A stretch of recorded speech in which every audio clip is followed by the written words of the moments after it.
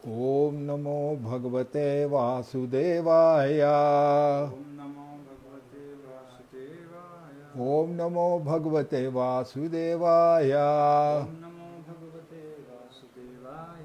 ओम नमो भगवते वासुदेवाय। ओम नमो भगवते वासुदेवाय। नारायणं नमस्कृत्यं नारायणं नमस्कृत्यं नरं चैव नरोत्तमं नरं चैव नरोत्तमं देवीं सरस्वतीं व्यासं देवीं सरस्वतीं व्यासं ततो जयम् ततो अधीरयेत्। जयमुदीरयेत्। नष्टप्रायेषु अभद्रेषु नष्टप्रायेषु भद्रेषु नित्यं भागवत सेवया नित्यं भागवतसेवया भगवती उत्तम श्लोके भगवति उत्तमश्लोके भक्तिरभवति नायस्तकी भक्तिर्भवति नैष्ठिकी। कृष्णाय वासुदेवाय कृष्णाय वासुदेवाय देवकी नंदनाय च देवकीनन्दनाय च नंदगोपकुमाराय नन्दगोपकुमाराय गोविंदाय नमो नमः। गोविन्दाय नमो नमः। हरे कृष्णा।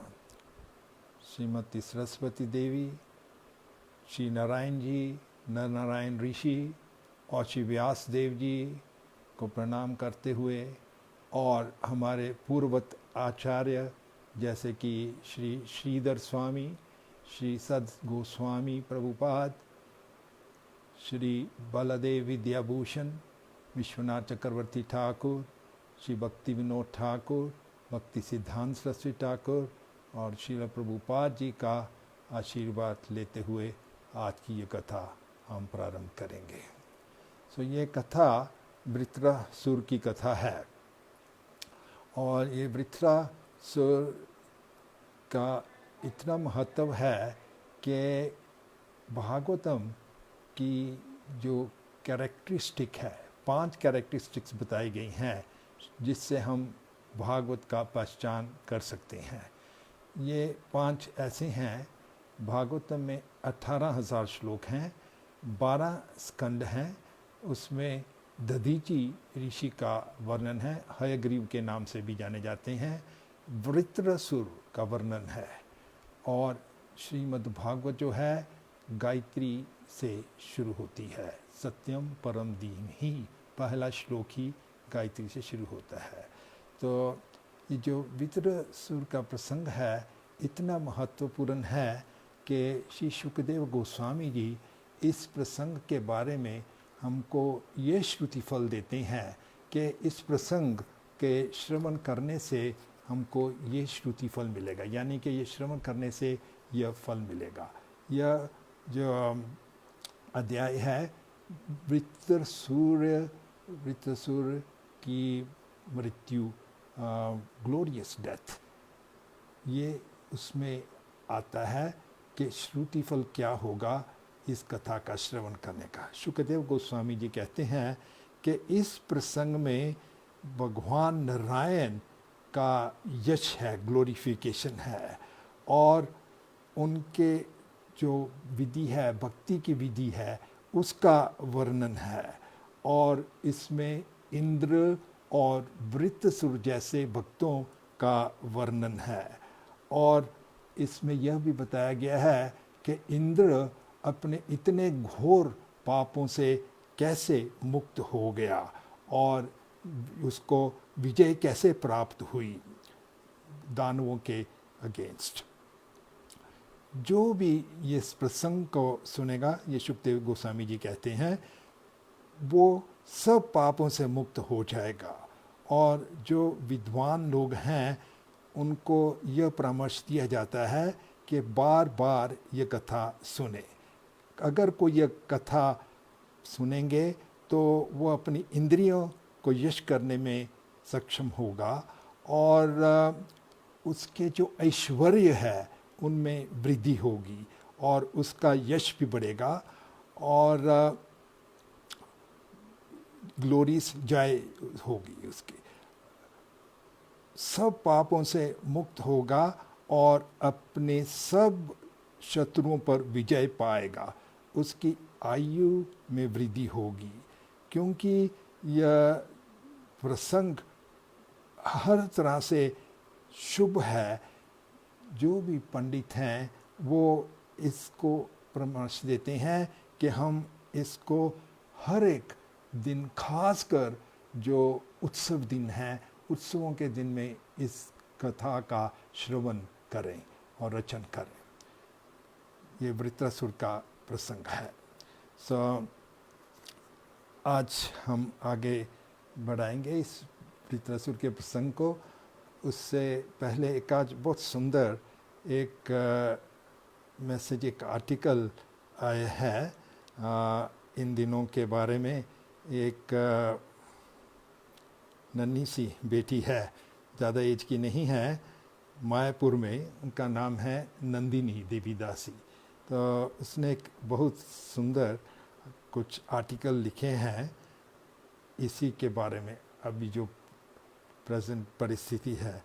कहती हैं नंदिनी देवी कि मैं चाहती हूँ कि मैं राधा माधव जी के चरणों में सदैव के लिए ही क्वारंटाइन रहूं और मुझे वो लॉक करके रहें अपने सुंदर लाल चरणों के नीचे हमेशा के लिए।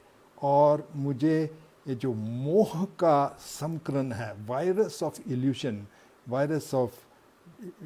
जो है मोह, उससे मुझे बचा कर रखें और मुझे इम्यूनिटी दें। इम्यूनिटी हो विटामिन्स क्या है? उनकी सेवा, उनके सेवा से ही मुझे मैं बच सकूंगी। और उन कहती हैं नंदिनी कि मेरा हैंड वॉश क्या है? सिंसेरिटी, मेरी ईमानदारी, उससे मैं अपने आप, मेरे जो भी अनर्थ हैं वो दूर हो जाएं।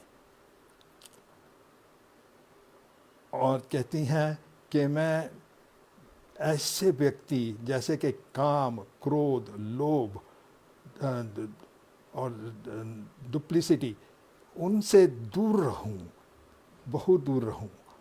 और मैं अपने आप को आपकी स्मरण करते हुए हमेशा सुरक्षित रहूं।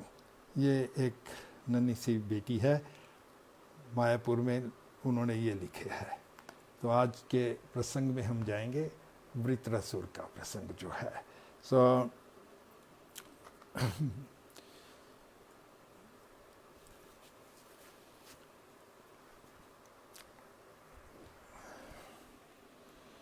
जैसे हम हमेशा भगवान के चरणों में रहना चाहते हैं, वैसे एक वक्त ने चोर आस्तकम लिखा है। बहुत सुंदर ये आस्तकम है।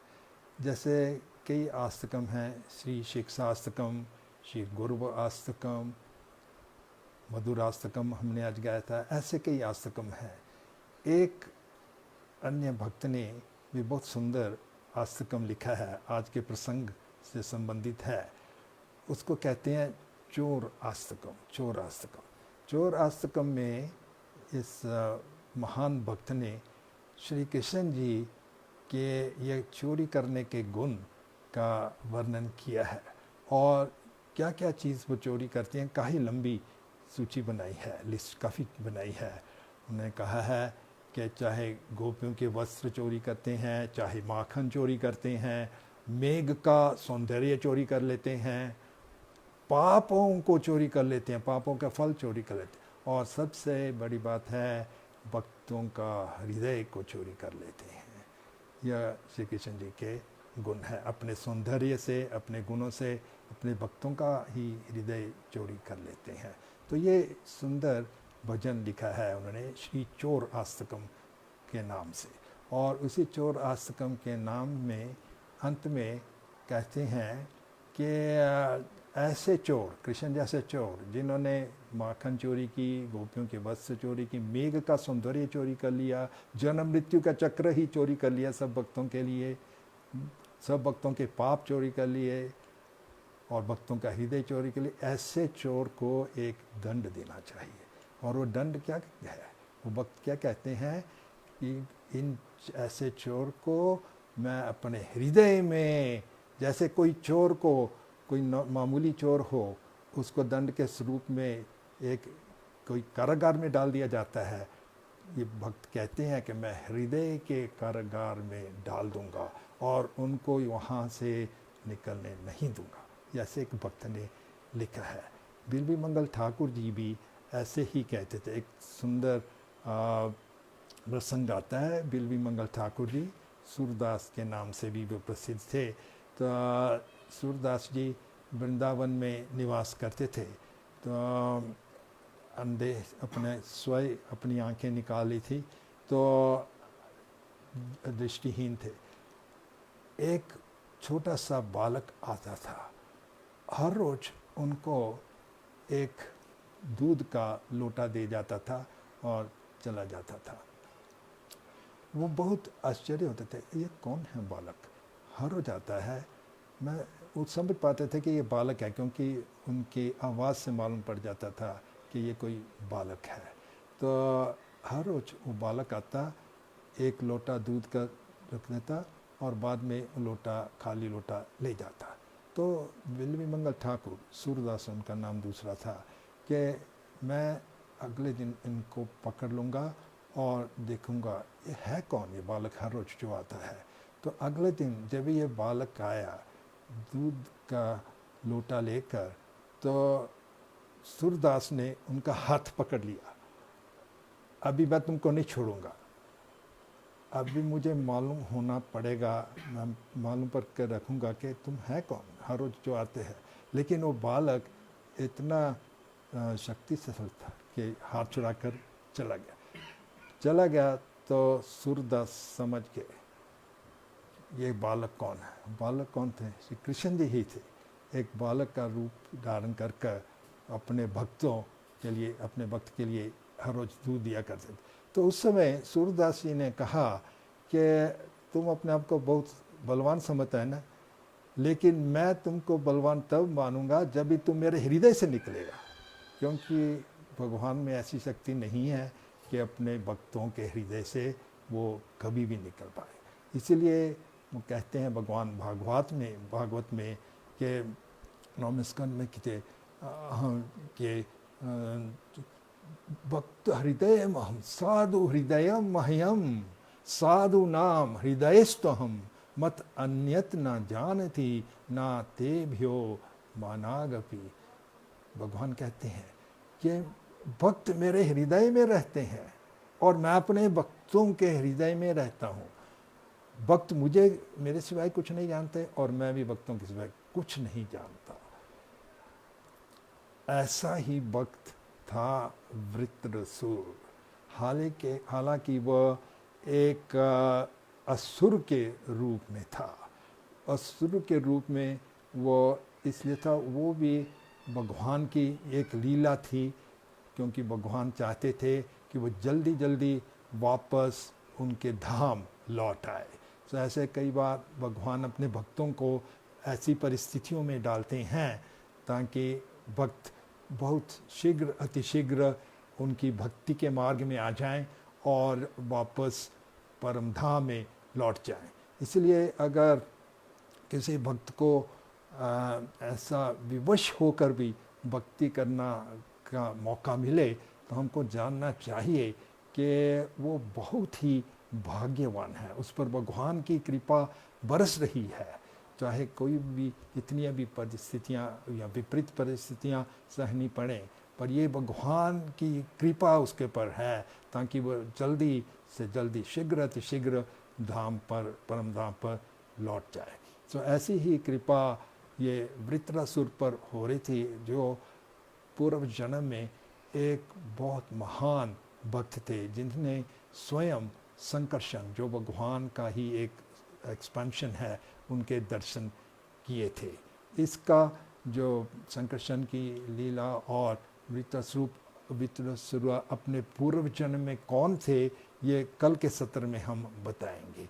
आज के सत्र में हम बताएंगे कि कैसे वृत्रासुर जो एक यज्ञ अग्नि से उत्पन्न हुए, प्रकट हुए थे, तो उनके प्रकट होने के बाद पूरे ब्रह्मांड में हलचल मच गया, क्योंकि इनका शरीर ही इतना विशाल था कि आसमान को छूता था और बिल्कुल काला रंग का था, वज्र जैसे दांत थे, इनके तांबे जैसे रंग की आंखें थी, देखने में ही बहुत ही यह भयंकर था। तो ऐसे में कल हमने बताया था कि इंद्र और देवता सब बहुत चिंतित हो गए कि इस असुर का कैसे हम के साथ कैसे हम झेल सकेंगे। तो भगवान विष्णु ने परामर्श दिया था कि दधीचि ऋषि के हड्डियों से एक धनुष बनाया जाए और उससे ही इसका वध हो पाएगा। सो इंद्र और जो ये असुर था वृत्रासुर आमने सामने युद्ध में आए।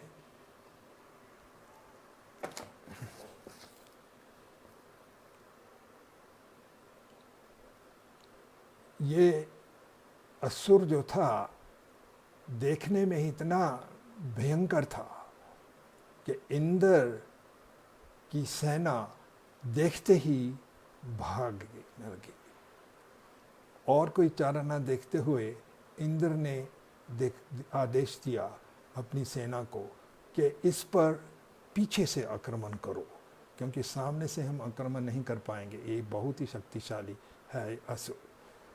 और जैसे इंद्र ने ये आदेश दिया, उनके सैनिक, इंद्र के सैनिक पीछे से आक्रमण करने जा उठे। तो उधर में इंद्र ने सुना ये वृत्रासुर जो था यह इंद्र को घबराहट से बचने के लिए कह रहा था, इंद्र आप क्षत्रिय हैं, आपको घबराना नहीं चाहिए, मेरे साथ युद्ध करो। आपके और सैनिक आपको आप उनको उत्साहित करो।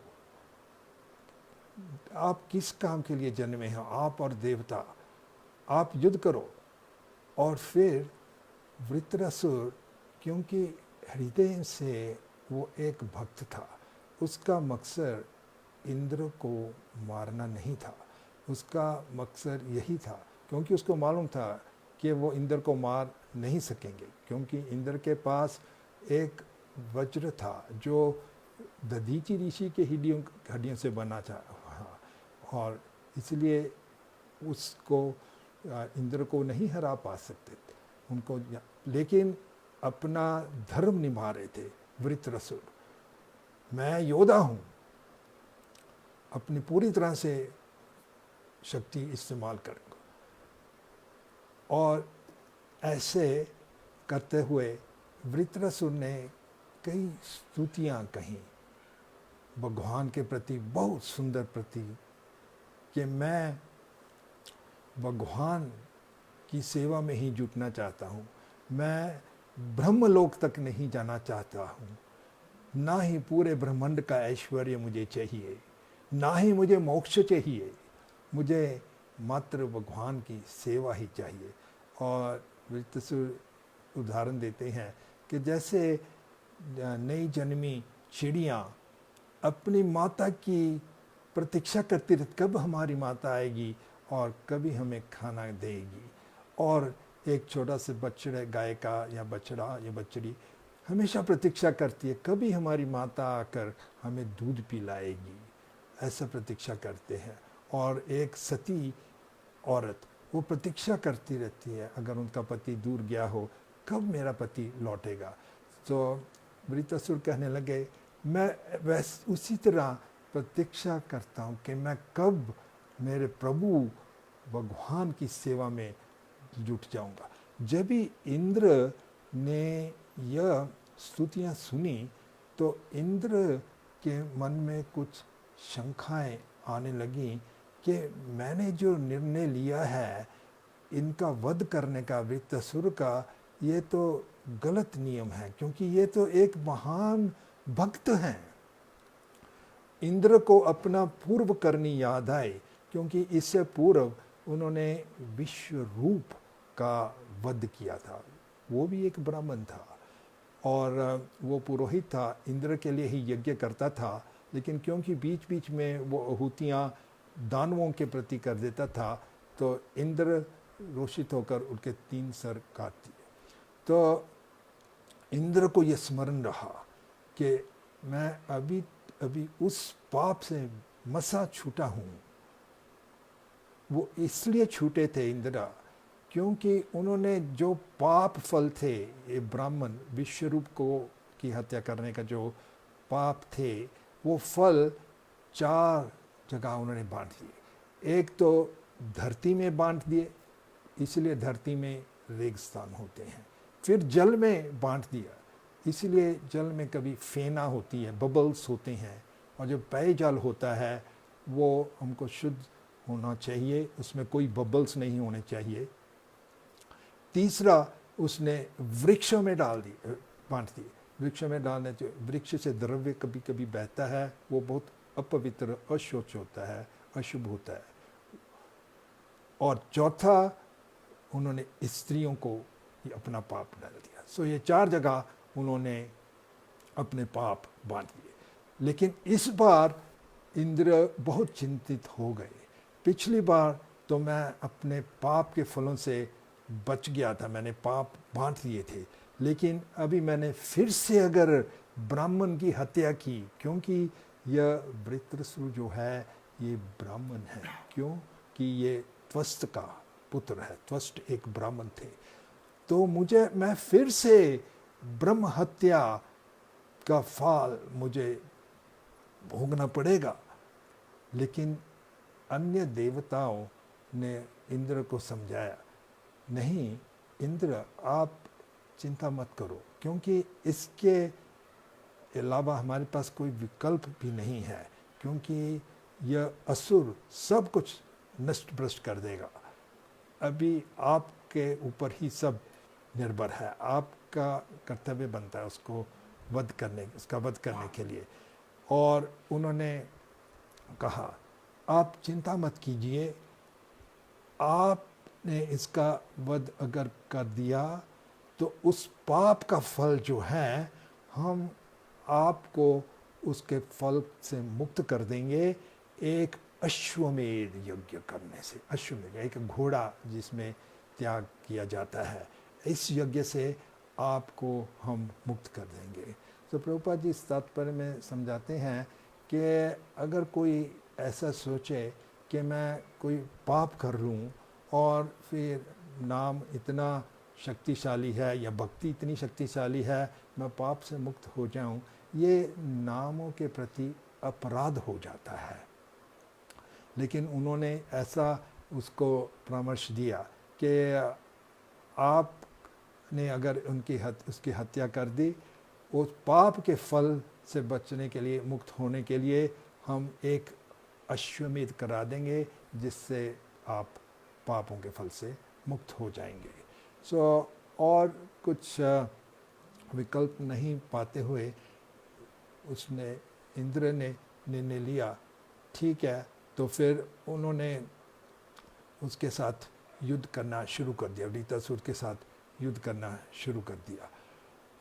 पीछे से अपनी सेना भेज दी, आगे से स्वयं गए उस पर आक्रमण करने। तो अपना वज्र से पहले एक भुजा काट डाली वृत्रासुर की। वो वृत्रासुर बहुत हौसलेदार था, उसने परवाह नहीं की, एक भुजा से ही इंद्र के साथ युद्ध करता रहा। इंद्र के हाथी ऐरावत को पीछे गिरा मारा। फिर इंद्र ने जो दूसरी भुजा थी वो भी काट डाली। फिर भी उसका हौसला कम नहीं हुआ और फिर उसने इंद्र को ही निगल लिया। लेकिन क्योंकि इंद्र को सुरक्षा थी, किसकी सुरक्षा थी? नारायण कवच की, जो उनको विश्व रूप ने दिया था। उनको नारायण कवच की रक्षा थी, इसलिए इंद्र की मृत्यु नहीं हुई, हालांकि उनको निगल लिया था वृत्रासुर ने। तो उस समय वृत्रासुर समाधि में लीन हो गए। इंद्र उनके पेट के अंदर था और उनके शरीर के अंदर था, और वो वृत्तासुर जो थे वो समाधि में लीन हो गए। तो हमारे पूर्ववत आचार्य समझाते हैं कि वास्तव में जैसे ही इंद्र उनके शरीर में आए वो समाधि में चले गए, और तब ही उन्होंने अपना शरीर त्याग दिया था। वो तो प्रतीक्षा ही करते थे कि कब मैं इस शरीर से छूटूंगा। वो इस वृत्तासुर इसकी प्रतीक्षा ही करते थे। तो फिर इंद्र अपनी शक्ति से उनके शरीर से बाहर आ गया, और बाहर आ गया और उनको उनका सर कंठ काटने लग गया अपने वज्र से। पूरा 1 वर्ष लगा। वृत्रासुर इतने शक्तिशाली थे, उसका सर काटने के लिए 1 वर्ष लगा अपने शक्तिशाली वज्र के साथ भी। और वृत्रासुर की जो आत्मा थी वो परम धाम वैकुंठ में लौट गई। तो ऐसे कभी कभी परिस्थितियों में भगवान की कृपा से कई बार भक्तों को अन्य परिस्थितियां में जाना पड़ता है। जय और विजय का भी एक प्रसंग ऐसा ही था। तो जय और विजय तो वैकुंठ के द्वारपाल हैं। तो जब भी 4 कुमार एक बार प्रवेश करने गए वैकुंठ में, तो उन्होंने सोचा आप तो बालक हैं, आपका यहाँ में आना उचित नहीं है। जैसे उन्होंने रोका तो 4 कुमार जो थे वो रोषित हो गए। आपने हमको रोका है, ये भेदभाव आप करते हैं, ये भेदभाव का जो मत है ये तो मटेरियल वर्ल्ड जो भौतिक संसार है वहाँ में चलता है, यहाँ में वैकुंठ में इसका कोई स्थान नहीं है। इसलिए हम आपको शाप देते हैं कि आप भौतिक जगत में जाकर जन्म लोगे। तो उस समय श्रीमन नारायण जी वहाँ में पहुँचे जहाँ में ये वार्तालाप चल रहा था। तो उन्होंने कहा कि मेरे भक्तों ने आपके प्रति आने नहीं दिया, आपको आने नहीं दिया। जो भी भक्त या कोई सेवक हो उसके कृत्यों का जो होता है इंचार्ज वो उनका मास्टर होता है। अगर कोई भक्त ने या कोई डिसाइपल ने कोई गलती की तो इसका जो है रिस्पॉन्सिबिलिटी उसके मास्टर को होती है। तो श्रीमन नारायण ने उनसे 4 कुमारों से याचना की कि इन्होंने आपके प्रति यह अपराध किया, आपको आने नहीं दिया। तो 4 कुमार उसमें कहने लगे कि हमारे मुख से जो शाप निकला है वो टल नहीं सकता। हमने इनको शाप दे दिया है कि भौतिक जगत में जाएंगे, लेकिन हम इसमें यह कर सकते हैं, यह एडजस्टमेंट कर सकते हैं कि या तो यह 3 जन्म असुर के लें या फिर 7 जन्म भक्तों के लें।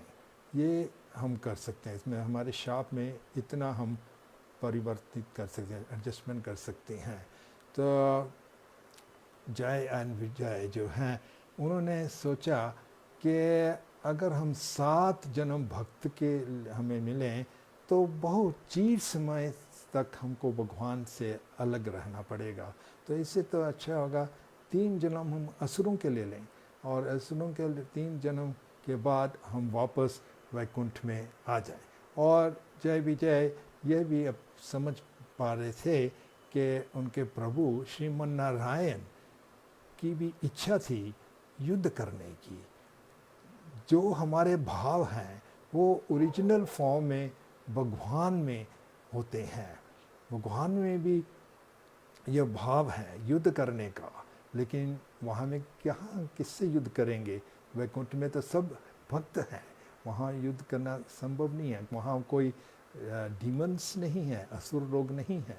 तो जय विजय समझ लिया कि हम भगवान की इच्छा पूरी करेंगे, हमारे प्रभु, और 3 जन्म हम असुरों का लेंगे ताकि भगवान इसको हम तृप्ति दें। तो ये 3 जन्म उन्होंने दिए थे।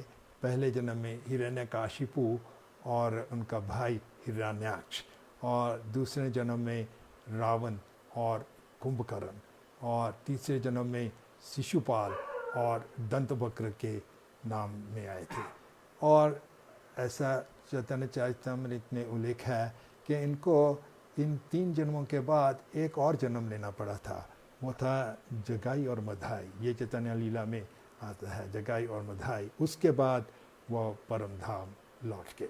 सो इसी तरह वृत्रासुर हालांकि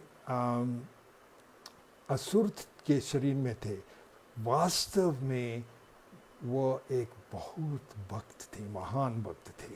पूर्व जन्म में एक महान भक्त थे जिनका नाम था महाराज चित्रकेतु। वो प्रसंग हम कल के सत्र में बताएंगे, वो भी बहुत एक रोचक प्रसंग है। और भगवान की ही इच्छा से महाराज चित्रकेतु इस असुर योनि में आए और इंद्र ने उसका वध किया। जैसे इस प्रसंग के श्रुति अध्याय में हमने या श्रुति फल में सुना है, जो भी ये प्रसंग सुनेगा उसका यश बढ़ेगा, आयु बढ़ेगी, ऐश्वर्य बढ़ेंगे, सब पापों से मुक्त हो जाएगा। ये बहुत ही सुंदर प्रसंग है। और मैंने पहले भी कहा था कि श्रीमद् भागवतम की यह पहचान 5 आइटम से है। ये हमारे जो ओरिजिनल कमेंटेटर हैं भागवतम के, उनका नाम है श्री श्रीधर गोस्वामी।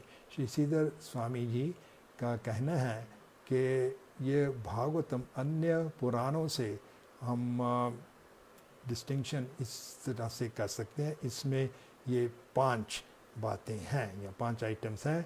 18,000 श्लोक, 12 स्कंद, दधीची ऋषि यानी कि हयग्रीव भी उनका नाम है, और वृत्रासुर जिसका प्रसंग अभी हम सुन रहे हैं, और गायत्री से प्रसंग से प्रारंभ होती है श्रीमद् भागवतम। सत्यम परम धीमहि।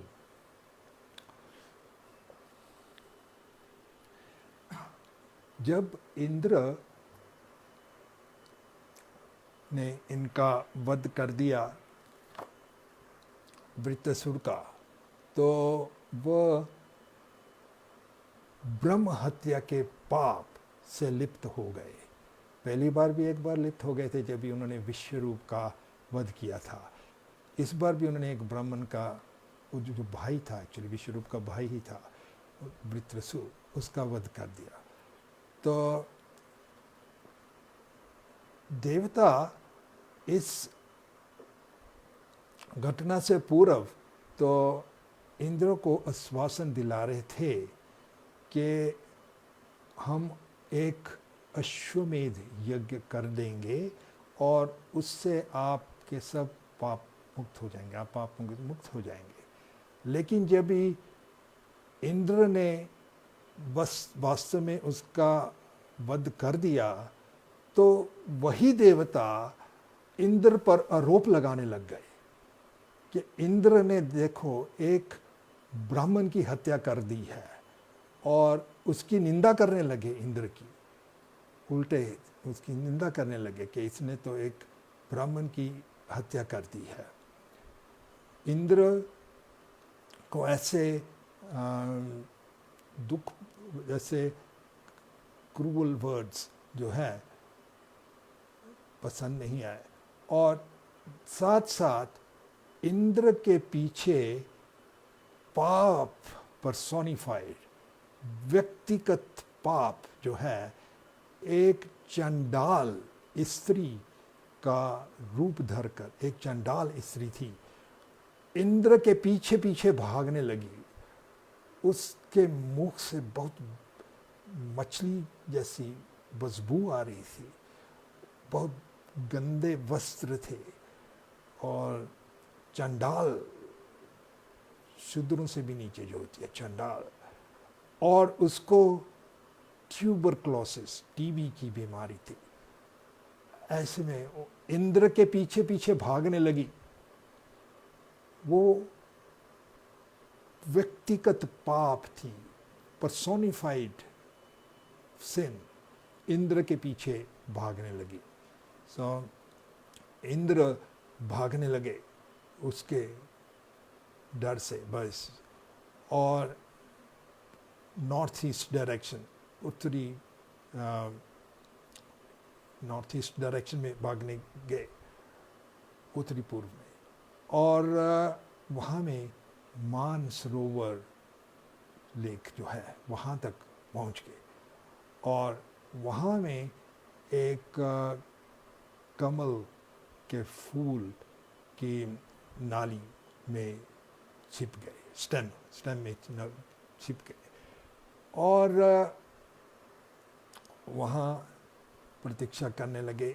1 साल तक उस कमल की नाली में रहे, और अग्निदेव कभी कभी उनको थोड़ा सा कुछ आहार खाने के लिए पहुंचा देते थे,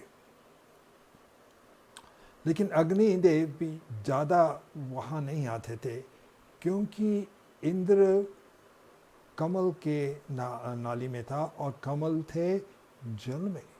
जहाँ जल हो अग्निदेव नहीं आते, अग्निदेव बहुत कम आते थे, थोड़ा सा उसको आहार देकर चले जाते थे। ऐसे में तकरीबन वो भूख से ग्रस्त ही रहते थे, स्टार्व्ड थे ऑलमोस्ट इंद्र। लेकिन क्योंकि वो कमल की नाली में थे, और कमल की जो देवी है, कमल की देवी है लक्ष्मी देवी, इसके उनका नाम है कमला देवी। तो कमला देवी कमलों की देवी है, तो उन्होंने इंद्र की रक्षा किया, उसको सुरक्षित रखा, और उसके सब जो पाप थे उनसे उनको मुक्ति दिला दी, उनको मुक्ति दिला दी पापों से। ये कमला या लक्ष्मी की कृपा से हुआ। तो 1 वर्ष जो इंद्र कमल के नाली में था, उस वर्ष में क्योंकि स्वर्ग में कोई राजा नहीं था, इसलिए एक नहुस नाम के देवता को इंद्र का पद 1 साल के लिए सौंपा गया। योग्य तो था शासन में, लेकिन नहुस इंद्र की ही धर्मपत्नी शची पर मोहग्रस्त हो गया, और उसने कुछ योजना बनाई। तो शची रानी ने बृहस्पति, देवताओं के गुरु को ये बात समझाई कि ये नहुस तो मुझे परेशान कर रहा है। तो सती थी इंद्र की पत्नी, लेकिन ये नहुस मोहग्रस्त हो गया था उनके प्रति, उनके सौंदर्य के प्रति। सो वहाँ के स्वर्ग के कुछ ऋषियों ने, देवताओं ने मिलकर एक योजना बनाई, और सची रानी को, सची देवी को कहा कि ठीक है, तो आप उनको कह दो, नहुस को, कि ठीक है वो आ जाएं आपके घर। तो जैसे वो नहुस अपने रथ में बैठकर जा रहा था, लेकिन उसने, सची ने कहा था कि आपका जो रथ है वो ऋषियों के द्वारा चलित हो। तो अपने रथ में बैठा, और ऋषियों के द्वारा ये टाना गया रथ। तो बहुत ही वो मोहित था, धैर्य खो दिया नहुस ने, और ऋषियों को जल्दी जल्दी चलने का आदेश देने लगा। कभी थोड़ा सा कम गति हो रही थी, तो उसमें इतना साहस रखा कि अगस्त ऋषि को अपने टांग लगा दी।